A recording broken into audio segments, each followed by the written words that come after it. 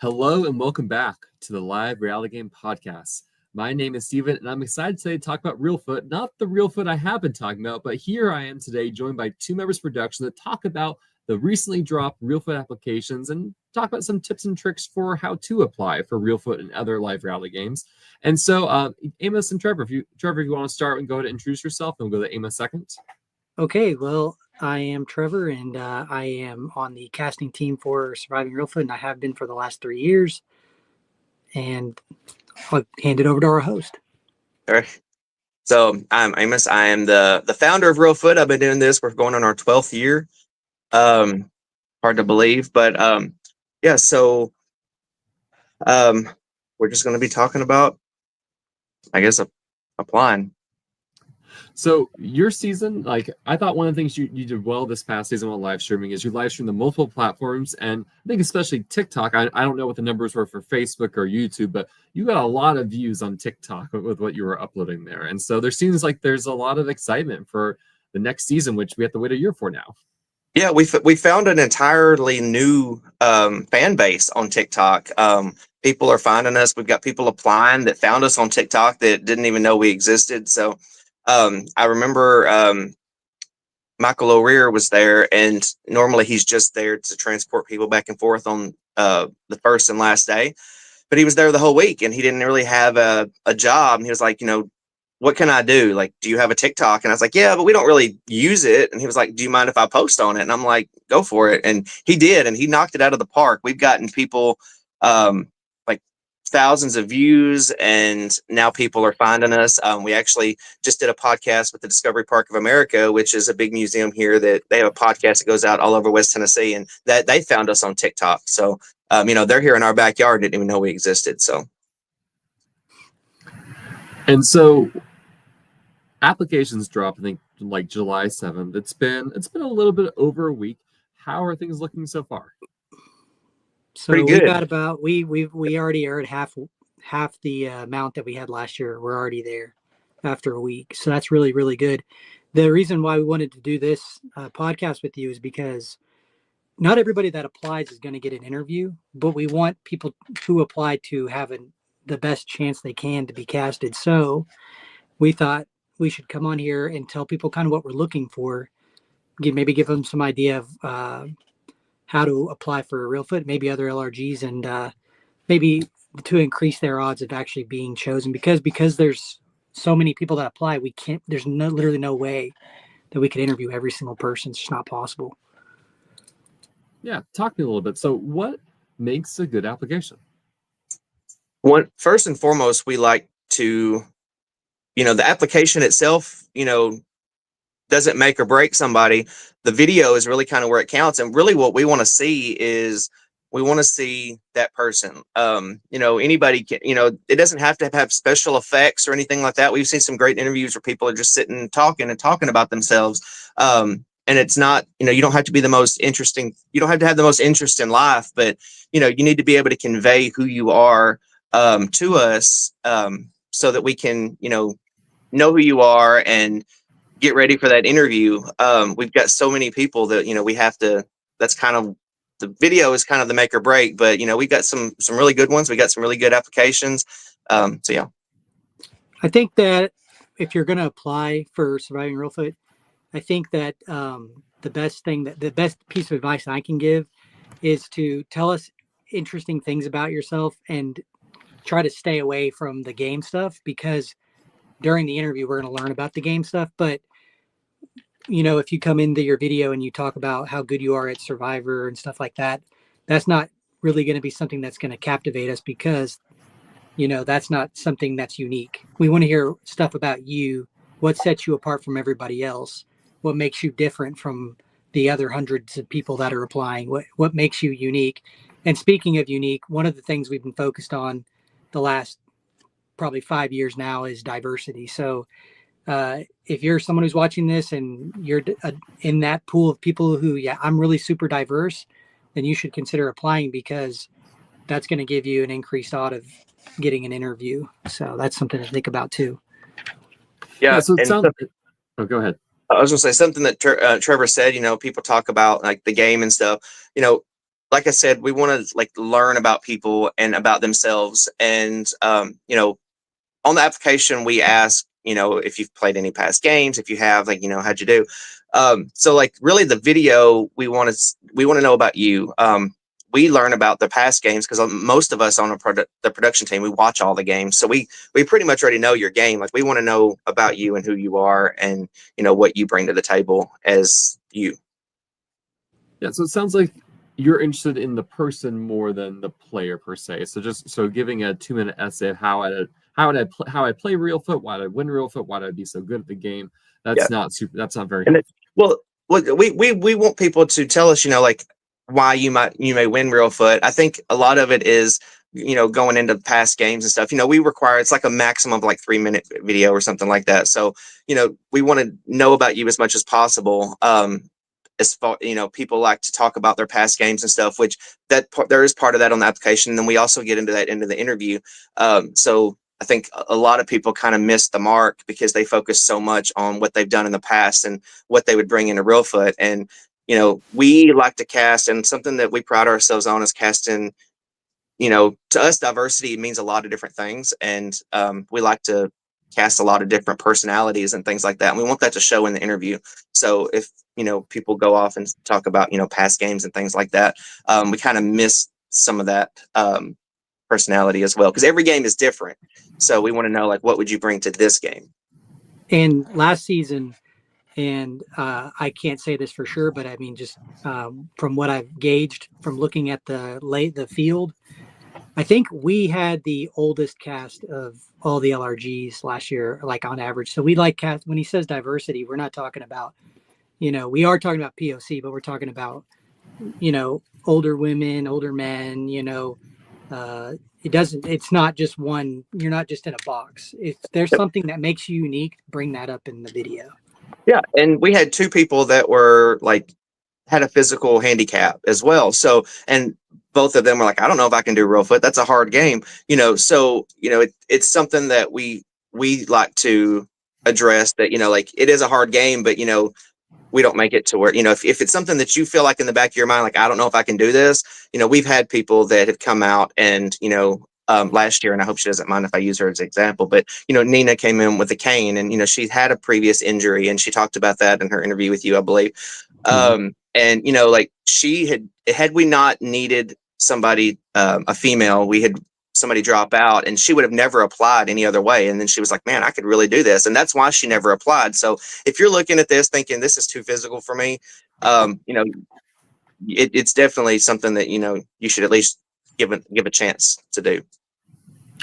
Yeah. So we're talking a lot. We're talking like what to do, what not to do, but maybe you can give an example. Looking at the players who played this past season, do you recall any of their videos or things that stood out to you in those videos? Yeah. I think we all hands down said the probably the best video we've ever gotten from any contestant in my almost 12 years of doing this was Deb. And she was, you know, she was a 61-year-old woman coming into this, not knowing what to expect, but she had probably one of the best videos. Like, and it's something we've never done before. And I hope it's okay that I say this, but we've never done this before. She actually missed her interview. And normally that's no, we don't. Like, if you don't show up, that's it. There's no second chance. And her video was so good. We actually reached out to her and was like, hey, like, we really want this interview. Like, can we, you know, so like I said, that video can make or break. Like, normally it's never happened before where we've reached out to somebody and be like, hey, you missed your interview. But we really want to reschedule it. So, also, yeah. I just want to add that if you're somebody that's applied for Reelfoot in the past and we didn't cast you, that doesn't mean that, oh, I'm not going to, I shouldn't apply for them. They don't want me. Please apply to play this season, because we've casted people that have applied multiple times, and they, you know, it was their 3rd time applying. They finally got selected. So if that's you and you're like, man, I don't want to apply, I've tried and tried and tried, keep trying, because we also appreciate that. Yeah, going back. So I guess a little bit more about Deb's video. Like, what made it stand out so much? What made it be so good? You're just like, we are going to reach out and have this interview no matter what. I don't remember a whole lot of the details. I just remember us reaching out. But I remember the beginning of her video was just like, she just kind of came out of the gate. Like it was very like in your face, but not so over the top that it was like, but, and then it kind of got subtle towards the end. So, I mean, it was just a very good rounded video that she did. I think that speaking on Deb's video, so you've got an older woman that's applying for Reelfoot, but the level of energy that she brought to her video was like a 20-year-old woman, like somebody who, it was like more energy than some of the other people that were applying. And you're like, where's this energy coming from? Because it doesn't match, you know what I mean, visually with the energy. And they say this, I've watched videos on people who've actually applied for the Real Survivor. And they say this, that you want to try to capture the attention of whoever's watching this, like within the first minute or two or something like that. And that's really true. Like, honestly, with the number of people that apply, when we're watching these, if you don't capture our attention within the first couple of minutes, it is challenging. I can honestly say it is challenging to grind through all those. And you really, and she did that, like within 10 seconds, everyone was captivated. Yeah. Yeah. So kind of things you said, bring the energy, right? Yeah. Don't talk while it's on the camera, of course, but bring kind of energy, or your best self, you might put it. Make sure you talk about you yourself as a person and what makes you unique or stand out. Don't dive only into here's why I'm good at Survivor and here's why I win the game. Yes, that's a nice element, but don't give a 3-minute treatise on that. What other advice do you have for people? Go ahead, Trevor. I'm sorry. I like to hear about challenges that they've overcome. Sometimes that's really interesting. Also, I do like it whenever they incorporate other elements. Like sometimes they will have photos with their thing. I don't know how they do it because they have better software than I do, but they'll have like a photo. Oh, this is my family, or this is something that I did, and they have a picture of them climbing a rock mountain, or I don't know, but stuff like that. I always appreciate that, to see visually other aspects of their life, and to hear about like things that about challenges that they've had to overcome. I always like that. Yeah, I love it whenever they can incorporate something about themselves into the game, because it also lets us know, like, how would these people be in confessionals, things like that. Like when people tie maybe their profession. I can go all the way back to season 2 of Reelfoot, when Rebecca was talking about how she's a nurse and she takes care of people, and that's kind of what she plans on doing in Reelfoot, is taking care of people, like things like that. And we use that in one of her confessionals, and being able to tie yourself into the game and your everyday life into some aspect of the game is something that I enjoy watching too. I do too. And I know in season 12 we had James, who was a bartender, and he was like, as a bartender, I know how to interact with a different variety of people, and he incorporated his real life into the game, and that's always a really smart thing to do. Yep. Just like Amos was saying. We've talked a lot about the video component, but there's a written part of the application. Is there anything else to that part you want to mention? Yeah, so there's things in the written, like, what would you be great at Reelfoot? Like what aspects of the game, do you think you'll excel at, and things like that. And I think one of the questions is even like, what Survivor player would you play most like? So, those are things that we look into as well, because, 1 sentence, 2 sentences, some people write a whole paragraph, and it doesn't have to be a whole paragraph, but that needs to be captivating as well. Because me personally, I go through and read the application before I get to the video, so then I kind of already have an idea of what to expect. So I'm already, like, some people I'm already like really captivated and I can't wait to get to that video, and other people I'm reading and I'm like, okay, let's get to the video and see what's going on, because some of them are shorter answers, and I'm not saying they all have to be like long answers, but so it's just kind of like the getting to that video. It's like the first step. I just want to add to that and say that if we ask a question on the application, 1-word answers is probably not the best. I mean, you can do that, like Amos was saying, like there's no rule. You can absolutely do that, because then if your videos hits it out of the park, we're still going to want that interview. But if you expand upon it and we're asking a question we really want to know, it doesn't, like you said, we don't need a paragraph, but giving like a 1-sentence example of your answer would be helpful for us to paint a picture of kind of who you are. So let's say I submit my application, I give more than one word answers, I have a compelling enough video, and I get the interview with you. Talking about the actual video interview, is it with one production, multiple production? How long does it last for, etc.? Yep. So we actually we're changing that up this year as well. Normally it's Parker, Pete, Trevor, and myself, and we all try to be on the interviews. We take very detailed notes in case somebody cannot make it. This year, Pete has stepped down from that role, and Taylor Gaby has actually stepped in. So, because it's always nice to have a female point of view. I know it's kind of intimidating sometimes when you step into this call and you see 5 men staring you in the face. But and she also brings a different level of I'm one of those people. I love everybody. I want to cast everybody. And Trevor, it's kind of and that's why I asked him to be here today, because he's kind of the person on the casting that kind of will pull me back and was like, okay, we got to look at this from a show point of view and a character point of view. And I'm like, but I really like this person. He's like, well, what do they bring to the show? And I'm like, okay, I get it. And Taylor brings a different aspect as well, because and Parker's kind of the same way as me. So I think having Taylor and Trevor kind of on that side and me and Parker on the other side, we can kind of meet in the middle a little bit. So to answer your question, yes, we all try to be there. We all have different areas that we'll have set questions, things like that. And sometimes we do go off script. We've had interviews where people have been, we didn't even need the questions. We just kind of shot the breeze a little bit.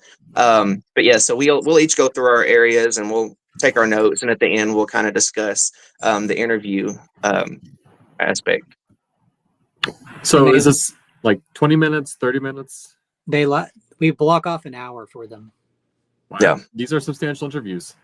Yeah. Yeah. We like I said, we like to get to know the person. We like to cast people, and from getting to know that person as a person, then we kind of know what character they'll bring. Cause some people will come in and they'll be like, oh, I'm going to be this villain. I'm not here to make friends. And after it's over, we're like, yeah, this person is definitely not going to do that. But we get to know how they would be. And that doesn't mean that that's a bad interview. It's just kind of we like to gauge who that person is. And we're like, okay, I think this person's actually going to do this. And, 99% of the time we're correct, because we do take the time to get to know people, and we do get to take the time to get to know their personalities. Yeah. It's always really funny doing these interviews, because I've done them now for 3 years, and getting the people on the call that are like, I'm going to be the biggest Reelfoot villain, and I'm going to backstab and blah, blah, blah. And they're on day 3, they're like one of the people crying. And it's just funny because the game humbles people. The Reelfoot will humble you quickly. Who has followed through on that promise? On being a villain? Yes. Allie from this past season, for sure. She's a top villain. She's exactly, and that's why we cast her. She did bring some diversity to the cast, but really that's not the reason she got cast at all, because we did have other diverse people in that category. But she brought her interview. What you saw in the game was exactly who she was in her interview. Yeah. So she was just a very upfront, open and honest person. And she knew, she was like, I'm not going to be the nicest person out there. I'm not going to be a hero. And she came and followed through 100% with what she said in her interview was exactly what we got in the game. Yeah. That's a good example. And so it sounds like, authenticity is something that's really valued in the actual live interview portion. At the very least, with an hour conversation, you can kind of assess that. All right, here's really what's going on with this person. Yeah, I think just be yourself when you do. If you get an interview, just be yourself on the interview, but be an elevated version of yourself. Don't be mono. You know what I mean? Just be yourself, but be an elevated version of yourself. I mean, that's the exact advice I've gotten when casting for an actual TV show. Yeah. No, and because a lot of people will come in and try to be a character, and we can kind of see through it. If you're really trying to be super fake, over the top like that, we can kind of see through it. And if you can't do that, just be Jay West. What can go wrong? Yeah. Right. Jay West killed his interview. He did. He was one of the people that when when it was over, there was very little doubt that he would make the cast. He was also one of those people. Yeah, he went out first, but he was one of those people that he came in kind of with this big grin and smile and this happy-go-lucky personality, and he brought that into the game. Unfortunately, we didn't get to see it for very long, but I mean, he's also somebody that brought, the personality and interview into the game as well. Any other advice or recommendations for the actual interview format?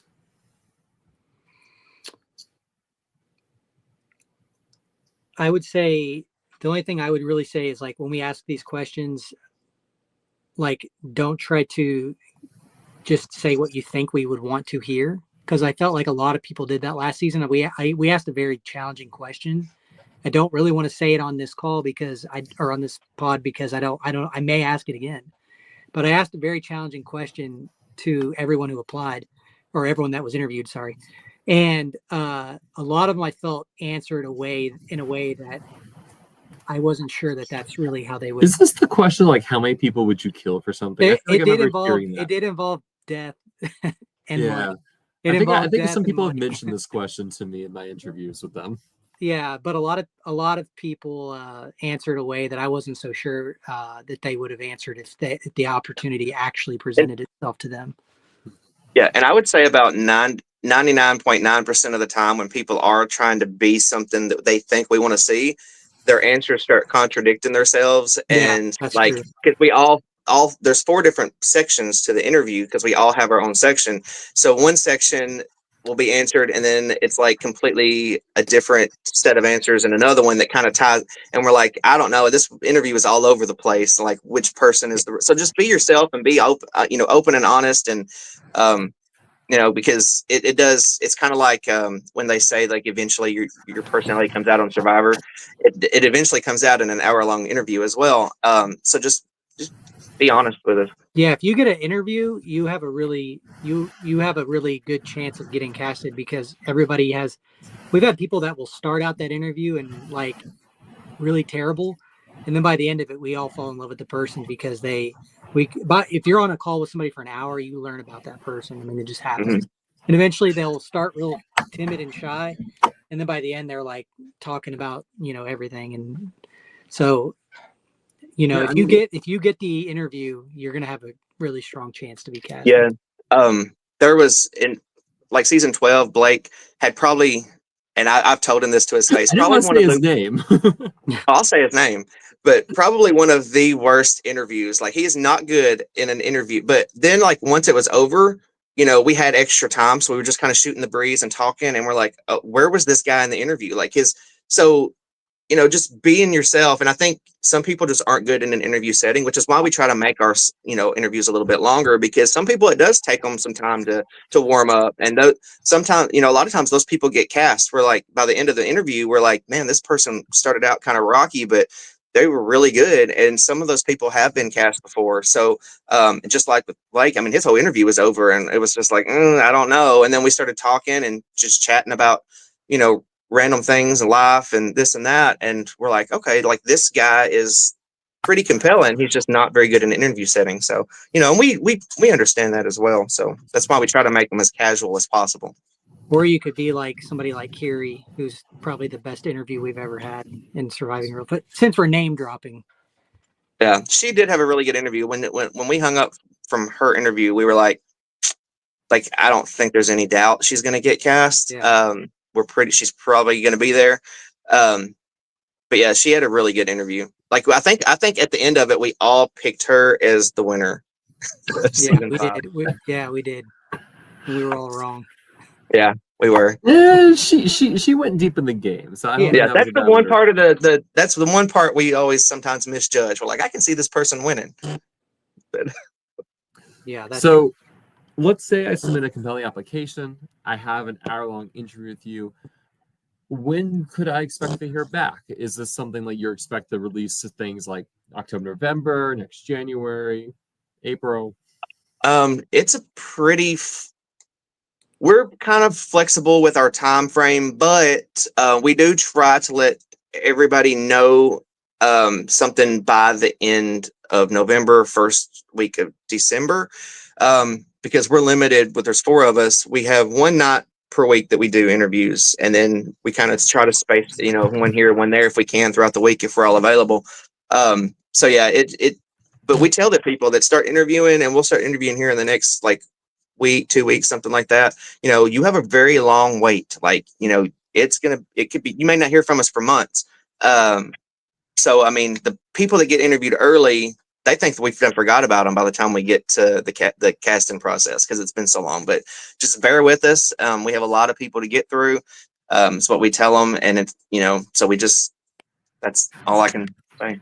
So the last 2 years, we did because we do notify them in like early to like mid-December. And we like doing that because it's sort of like a Christmas gift for our cast. It's like, Merry Christmas, you're playing Reelfoot next year.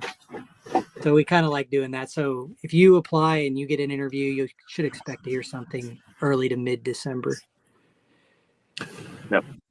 Is there any other advice or things you like to tell people to do as they apply? Try not to wait till last. We get a whole bunch of them when we first open them, and then we'll get a whole slew of interview or applications like right before they end. The problem is the last couple of years we've had so many. Like, we've already gotten half of what we got last year, and we're only a week and a half in.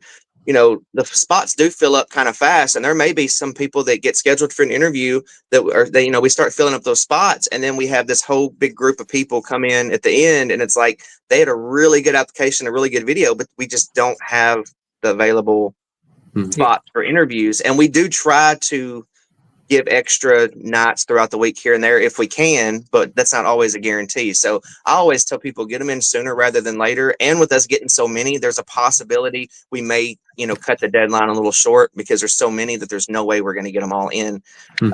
So definitely don't procrastinate. There is benefits to getting them in ahead of time, or very least before the last week. When do applications close this year?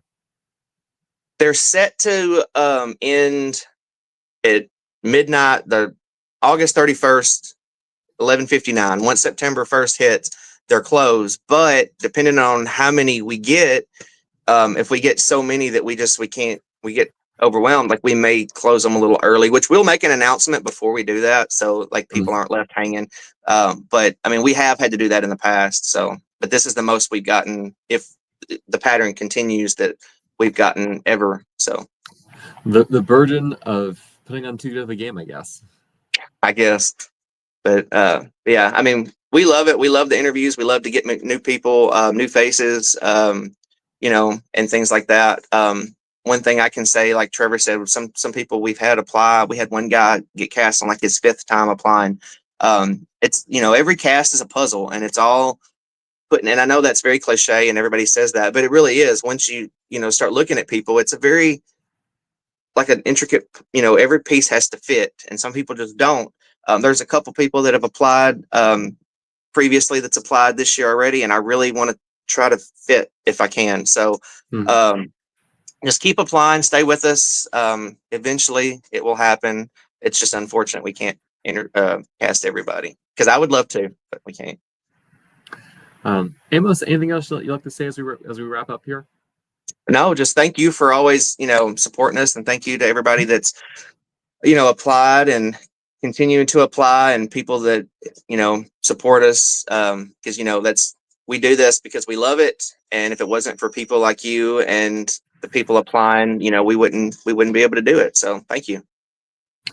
Thank you everyone for tuning in. You can find the application link for Surviving Reelfoot in the description of the podcast. Additionally, you can find the links on the Surviving Reelfoot Facebook page. I imagine your TikTok. Yeah. Where else can people find it? The link will be posted on our Facebook page, probably Instagram, and then there will be some videos posted to YouTube and TikTok as well. And we'll try to. I don't know how to put links in the videos where people can click on. That's not my forte, but I'll try to figure that out. But definitely Facebook and Instagram for sure. Thank you everyone for tuning in. This has been another episode of the Live Reality Game Podcast. If you want more Reelfoot content, don't worry.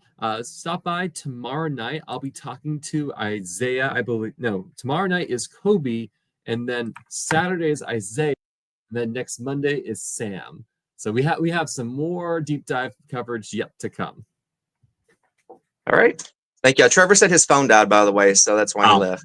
Yeah, it just like black and gone. I was like, that's strange. Yeah. But so it goes. Thank you, Amos. I really appreciate you and Thank you Trevor so much. taking the time to be here. Thank you everyone for tuning in. Have a good evening.